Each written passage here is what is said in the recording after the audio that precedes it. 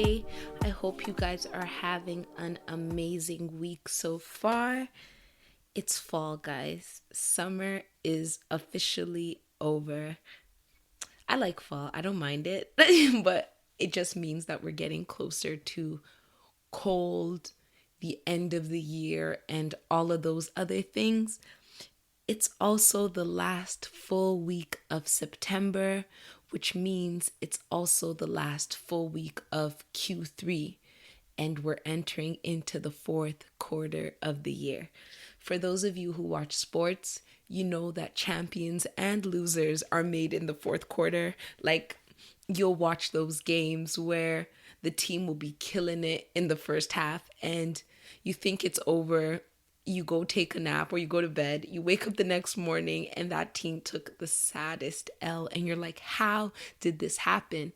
And how it happens is because we sit here and get comfortable in the fact that we're leading, forgetting that there's still some time to go and that it's what happens in the end that counts. So I hope you guys take some time this week and before the end of this month to reassess your goals and what you're doing and if you're on the right track. And if you're not on the right track, there is still some time to pivot and adjust. You just need to trust yourself and trust the process. Because one thing I've noticed, especially in the fourth quarter, is that if people have had goals and accomplishments that they wanted to achieve, and for whatever reason they haven't been going the way that they expected or at the rate that they expected, lots of people kind of just brush off the end of the year and start getting into the 2020 goals. Like, there was this Instagram post that said, there's 6 months left before 2020. I don't have time to entertain your games. And I'm just like, it's cute, it's endearing, whatever. But at the end of the day, we need to pay attention to where we are right now. And being in the fourth quarter, if you readjust your goals, if you haven't hit them or been on track, and you have faith and you continue to work hard, there is a lot that you can accomplish in 3 months. For some people, it's the depressing feeling of thinking of the fact that 9 months have gone by and you haven't had something solid to hold on to. But that doesn't mean that in 3 months those things can't happen, because sometimes the beginning of the year and the beginning of a process is like the lab stage and the shooting in the gym stage. But when you are consistent and you continue to put in the work, you'd be surprised at how you can go from idea stage to implementation in a matter of weeks, days, moments, because the work that you have put in the past has compounded against itself, so that what you want is actually far closer than you would think, based on the fact that you may not be able to see it right away.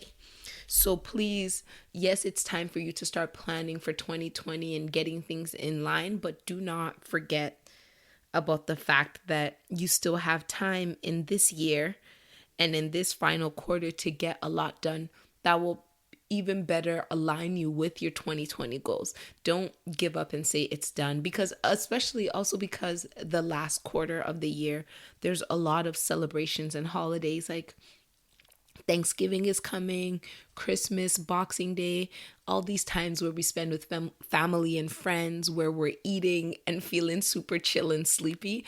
You can still put in some work. Like, eat your turkey, take a nice nap, and the next day get up and continue to do what you're doing, because it's really not over. And I just want to press that in. It's not over. Don't be discouraged to the point of stagnation. Be discouraged and then readjust yourself and figure out what you can still realistically accomplish in this year to prepare yourself for 2020 and everything else that the future holds. And outside of that little lecture that I just gave you guys, I hope you had time to take in the words to live by for this week, or for last week, which were: before you take the bait, consider the hook. And the two takeaways that I found most important were that it's important to not exchange longevity for instant wins. because with, as I always say, this social media microwave society, everybody seems to be doing amazing, buying Gucci and Prada, going on vacations every other week when most jobs only give you 3 weeks of vacation, and just living their quote unquote best life. And seeing all of that can really push us and encourage us to try to attain the same things for ourselves at all costs. And social media is a highlight reel. We don't actually see everything they've done. And I've said it before that sometimes the things people do to get what they have, you wouldn't be willing to do it, or you wouldn't have it in you to do it. Whether it's a sugar daddy who funds their whole life, or them working 3 jobs and never getting any sleep to make sure they have the money for what they want to do. You need to compare yourself to yourself and see what is realistic for you. And in doing that, don't exchange your longevity and the greatness that you can have that will last long term for an instant win, just to appear to be on the same level as the Joneses, when you don't even know what the Joneses are actually doing behind closed doors. Like, it's not wise, and it will give you that feeling of satisfaction in the moment, but usually when time passes and you end up at a place where you should be succeeding, but you're playing catch up because you did things in the wrong order, it becomes very difficult and very discouraging. So instead of us getting to a place of regret, let's start off at a place of wisdom so that we do the right things to not put ourselves in a hole where we'll be regretting or thinking that we operated in the wrong motivations and kind of screwed ourselves over. And the second point is that I don't want you guys to think that just because you need to consider the hook, that you shouldn't take any risks, because you guys know I am a risk taker. I live for pushing the boundaries of my personal thoughts, but at the same time, you need to calculate the value of the risks you take, because being a risk taker who just jumps on everything and does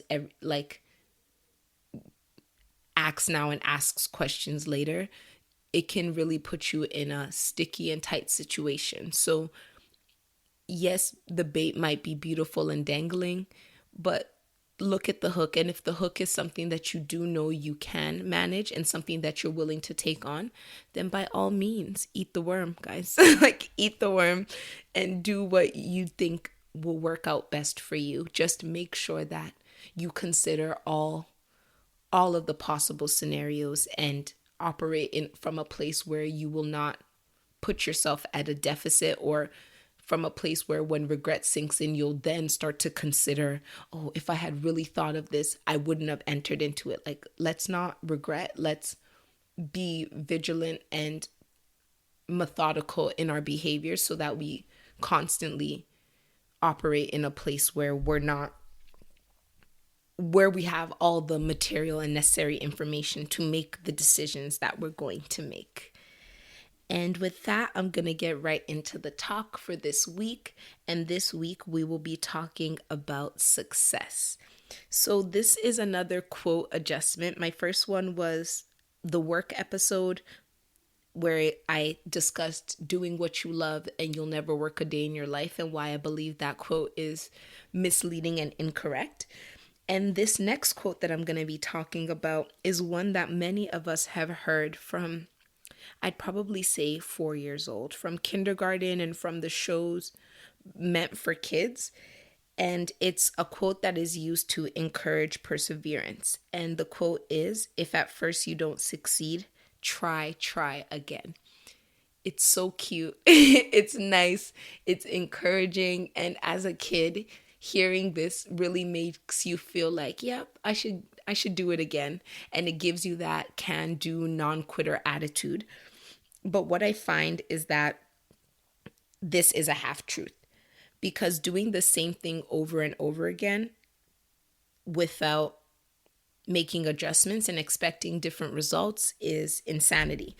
And perseverance without practicality is stupidity, because the ability to push yourself to continue to do something is a very commendable and highly sought after trait that you'll find that many successful people have. But being able to push is only half of the journey, because pushing without pushing in the right direction it just doesn't make any sense, because you'll be working hard with no results. So what I'm going to do for this episode is give you guys the 3 necessary steps that will take this quote from grade school into adult life. So I'm going to give you guys the new quote, and then I'll go through one by one and break down each of the new adjustments to the quote. So the new quote is, if at first you don't succeed, get up, assess, adjust, and try again. So for the first part, if at first you don't succeed, get up. This is so important, because failure, which is what I'm going to call the opposite of success in terms of this quote, because failure is relative and it's not always hard, but when you don't succeed, you've essentially failed. So that's the term I'm going to use throughout. So failure is pretty much a gut punch to the ego that knocks the air out of you. That might sound dramatic, but think about it. When you are expecting something, even if it's a job offer, and you get that email that says, "Thank you so much, but we have decided to go with a candidate that better suits our company's needs," or whatever it is that people say, you know the feeling you get in the pit of your stomach. It drops. And that is what happens when you go through failure. And when you go through this metaphorical gut punch, it's important that you take the time you need to recover. Recovery and the ability to get up sets you up to at least be able to fight again. You know, like Aaliyah said in her song, if at first you don't succeed, dust yourself off and try again. For those of you who don't know who Aaliyah is, just Google it. I'm sure you'll enjoy, but it's important to dust yourself off and try again, because if you don't get up before you try again, you are already starting off at a worse position than you were before. Because when you stand up, at least you're at level with whatever you're dealing with. But when you're emotionally down, you're now dealing with whatever it is that you were dealing with, which is trying to get success from a place of an even lower ranking to what it was. So if you were initially optimistic and excited and you didn't succeed, now if you're dejected and depressed, it'll be even more difficult for you to succeed, because you're starting off lower than you were the first time, when even on the first time when you were happy and excited, you didn't even succeed, you know?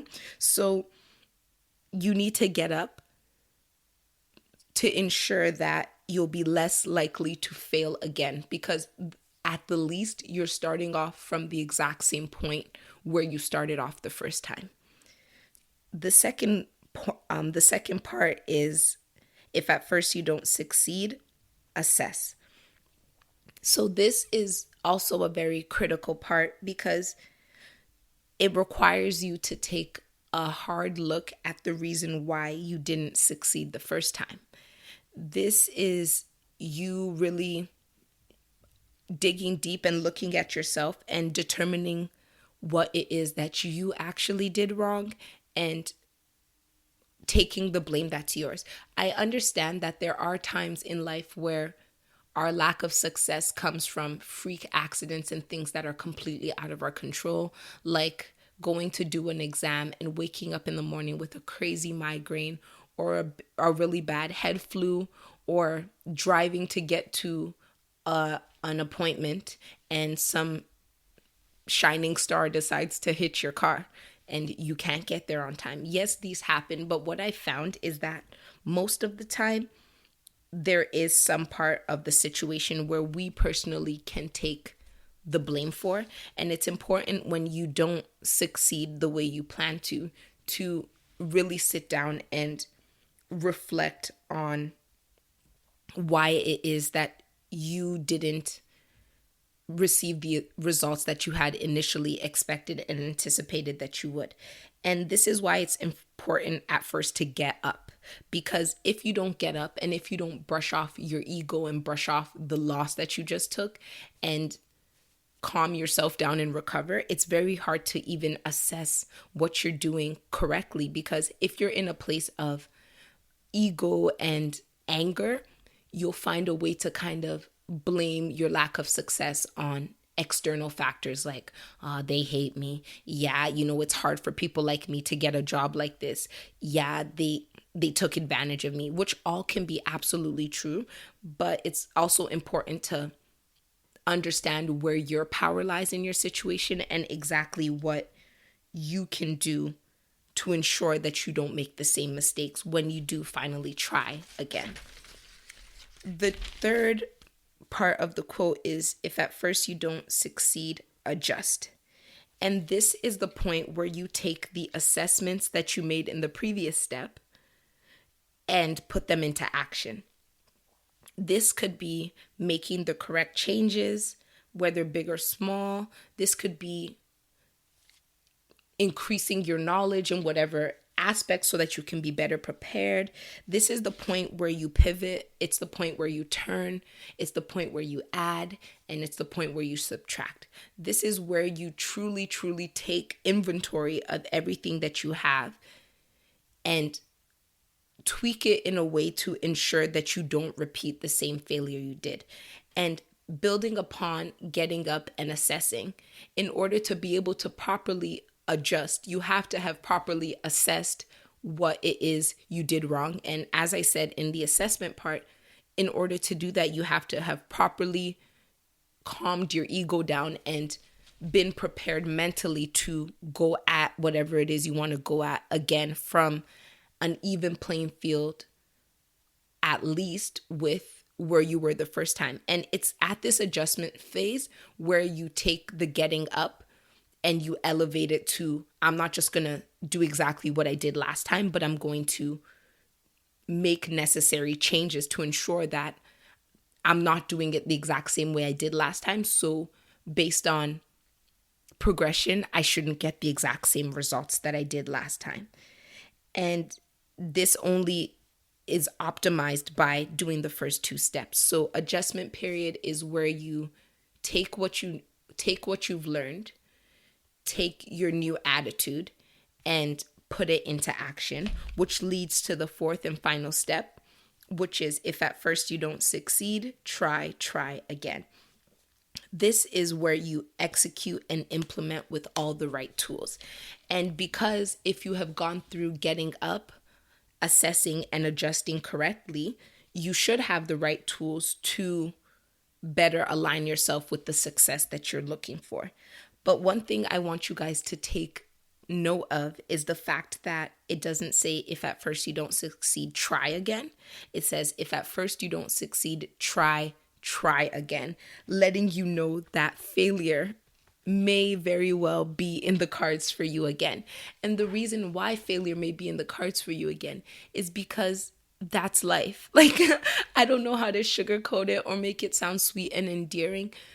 When you are aiming for success and not aiming to be a one hit wonder or to have 15 minutes of fame, true success requires work and grit and trying over and over again. Like, even if you take in successful people like the Warren Buffetts of the world and people who have had monumental success, their life stories and their biographies, which are everywhere, will let you know that these people kept going with increased tenacity every single time.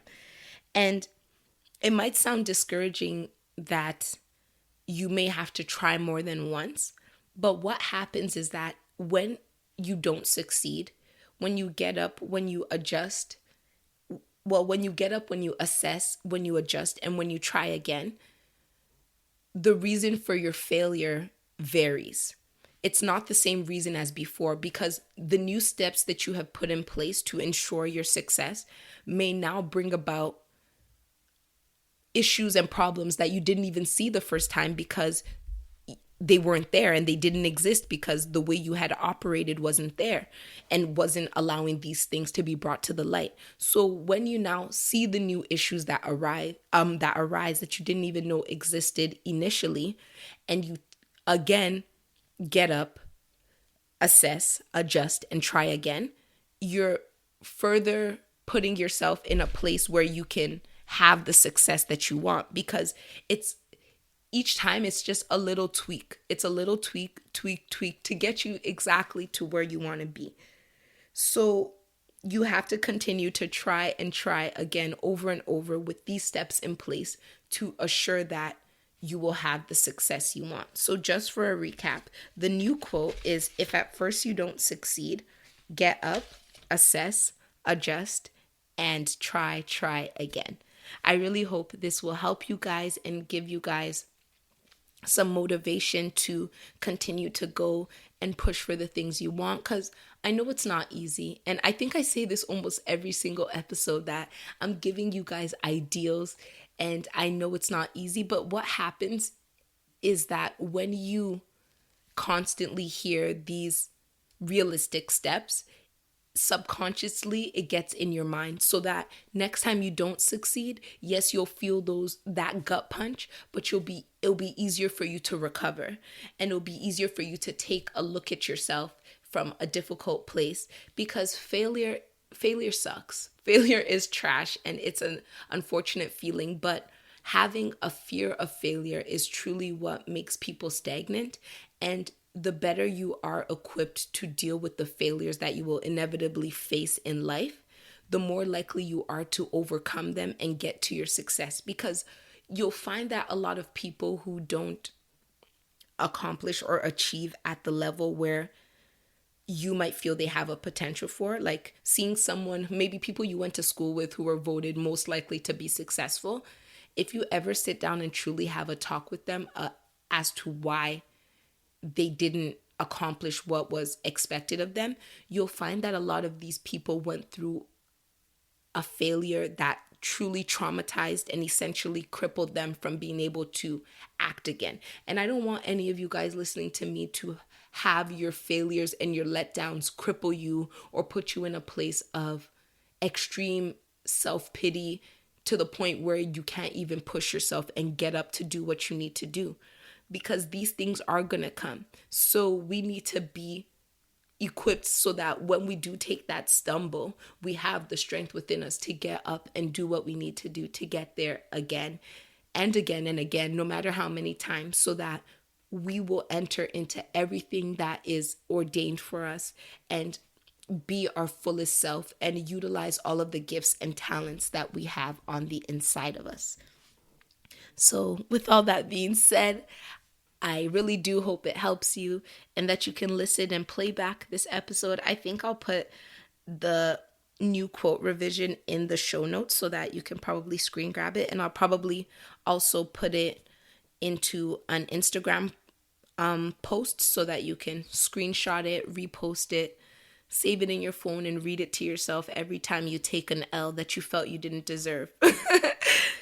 So I'm going to get right into our words to live by and wrap up this episode. And the words to live by are: secure the bag before you buy them all.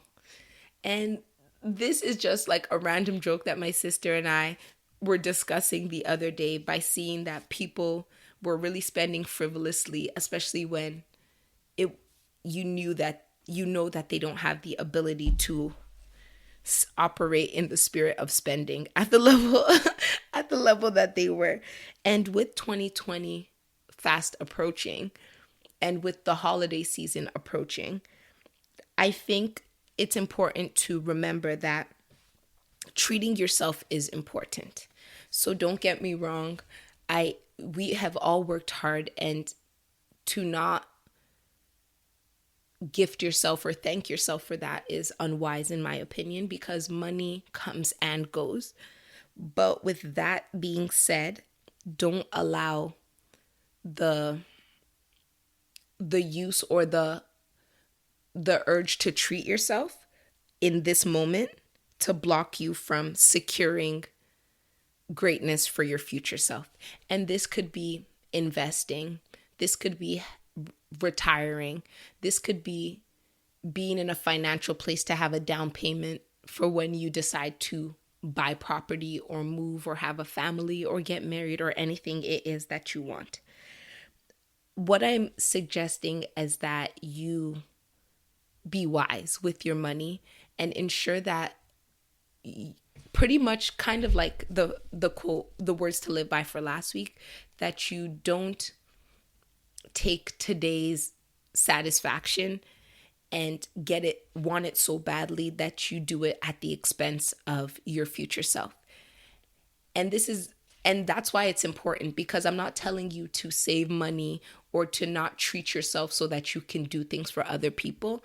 I'm telling you to be considerate of your future self and understand that there is going to be a point in time where you may want to chill a little more, where you may not want to work so hard, where you physically can't work so hard because you're old, and you don't want to be in a place where the decisions of your youth and the excitement for material things blocks your future self from enjoying the necessities of life because you've kind of done it backwards. So yes, holiday season's coming. It's good to reflect on all the successes that you've had this year and treat the people around you and yourself, but make sure you don't do it at the expense of your future self. So thank you guys so much for listening. I hope you have an amazing, amazing week. If you have any questions or would like to talk to me, please feel free to slide into my DMs or send me an email. Follow me on Instagram, follow me on Twitter. Have an amazing week again, and I'll talk to you